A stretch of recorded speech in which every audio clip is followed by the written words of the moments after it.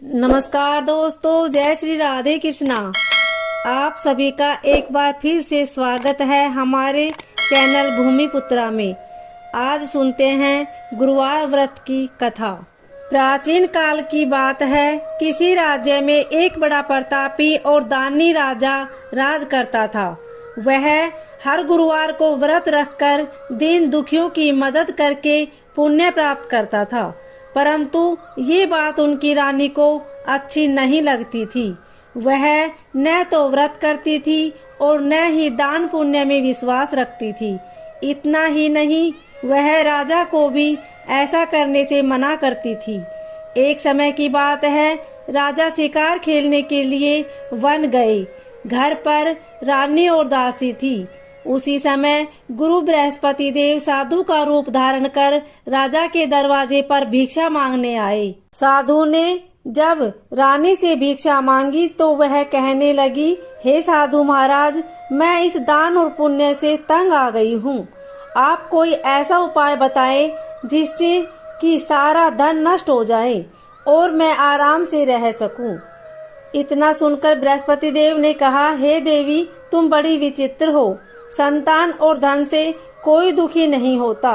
अगर अधिक धन है तो इसे शुभ कार्य में लगाओ। कुंवारी कन्याओं का विवाह कराओ, विद्यालय और बाग बगीचे का निर्माण कराओ, जिससे तुम्हारे दोनों लोग सुधरे। परंतु साधु की इन बातों से रानी को खुशी नहीं हुई। उसने कहा कि ऐसे धन की आवश्यकता नहीं है जिसे मैं दान दूं और जिसे संभालने में मेरा सारा समय नष्ट हो जाए। तब साधु ने कहा, अगर तुम्हारी ऐसी इच्छा है तो मैं जैसा बताता हूँ तुम वैसा ही करना। गुरुवार के दिन तुम घर को गोबर से लीपना, अपने बालों को पीली मिट्टी से धोना, राजा से हजामत बनाने को कहना, भोजन में मांस मंदिरा का प्रयोग करना, कपड़े धोबी के यहाँ धुलने देना। इस प्रकार 7 बृहस्पतिवार करने से तुम्हारा समस्त धन नष्ट हो जाएगा। इतना कहकर साधु के रूप में बृहस्पति देव अंतर ध्यान हो गए। साधु के अनुसार कई बातों को पूरा करते हुए रानी को केवल 3 बृहस्पतिवार ही बीते थे कि उसकी समस्त धन संपत्ति नष्ट हो गई। भोजन के लिए राजा का परिवार तरसने लगा। तब एक दिन राजा ने रानी से बोला कि हे रानी, तुम यहीं रहो, मैं दूसरे देश को जाता हूँ, क्योंकि यहाँ पर सभी लोग मुझे जानते हैं, इसलिए मैं कोई छोटा कार्य नहीं कर सकता। ऐसा कहकर राजा दूसरे देश चला गया। वहाँ वह जंगल में लकड़ी काटकर लाता और शहर में बेचता। इस तरह वह अपना जीवन व्यतीत करने लगा। इधर राजा के परदेश जाते ही रानी और दासी दुखी रहने लगी। एक बार जब रानी और 7 दिन तक बिना भोजन के रहना पड़ा तो रानी ने अपनी दासी से कहा, हे दासी, पास ही के नगर में मेरी बहन रहती है, वह बड़ी धनवान है, तू उसके पास जा और कुछ ले आ, ताकि थोड़ी बहुत गुजर बसर हो जाए। रानी दासी की बहन के पास गई। उस दिन गुरुवार था और रानी की बहन उस समय बृहस्पतिवार व्रत की कथा सुन रही थी।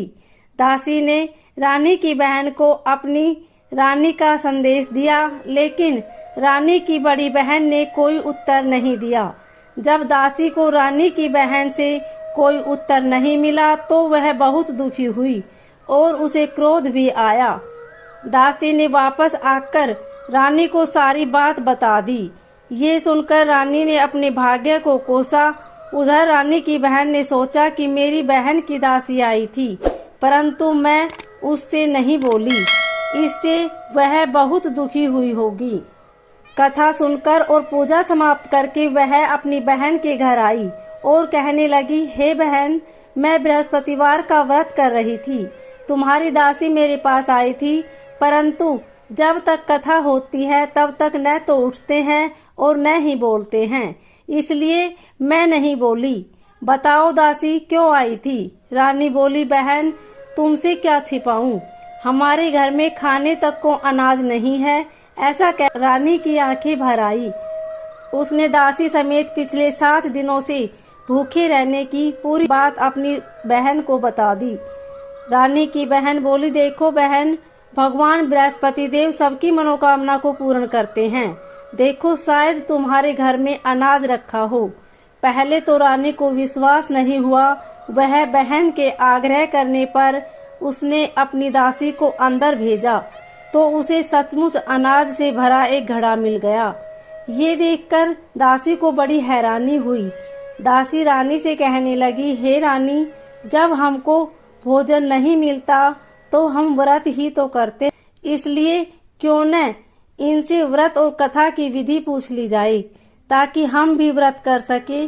तब रानी ने अपनी बहन से बृहस्पतिवार व्रत के बारे में पूछा। उसकी बहन ने बताया, बृहस्पतिवार के दिन व्रत में चने की दाल और मुनक्का केले की जड़ में अर्पित करे तथा दीपक जलाए, व्रत कथा सुने और पीला भोजन ही करे। इससे बृहस्पति देव और भगवान विष्णु प्रसन्न होते हैं। व्रत और पूजा की विधि बताकर रानी की बहन अपने घर को लौट गई। 7 दिन के बाद जब गुरुवार आया तो रानी और दासी ने व्रत रखा। वह गुड़साल में जाकर चना और गुड़ लेकर आई। फिर उससे केले की जड़ तथा भगवान विष्णु की पूजा की। अब पीला भोजन की चिंता को लेकर दोनों बहुत दुखी हुई, क्योंकि उन्होंने व्रत रखा था, इसलिए बृहस्पति देव उनसे प्रसन्न थे। वह एक साधारण व्यक्ति का रूप धारण कर 2 थालों में पीला भोजन दासी को दे गए। भोजन पाकर दासी प्रसन्न हुई और फिर रानी के साथ मिलकर भोजन ग्रहण किया। उसके बाद वह सभी गुरुवार को व्रत और पूजा करने लगी। बृहस्पति देव की कृपा से उनके पास फिर से धन संपत्ति आ गई, परंतु रानी फिर से पहले की तरह आलस्य करने लगी। तब दासी बोली, देखो रानी, तुम पहले भी इस प्रकार आलस्य करती थी।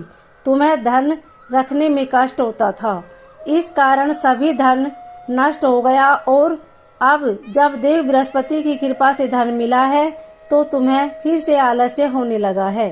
रानी को समझाते हुए दासी कहती है कि बड़ी मुसीबतों के बाद हमने ये धन पाया है, इसलिए हमें दान पुण्य करना चाहिए, भूखों को भोजन कराना चाहिए और धन को शुभ कार्य में खर्च करना चाहिए।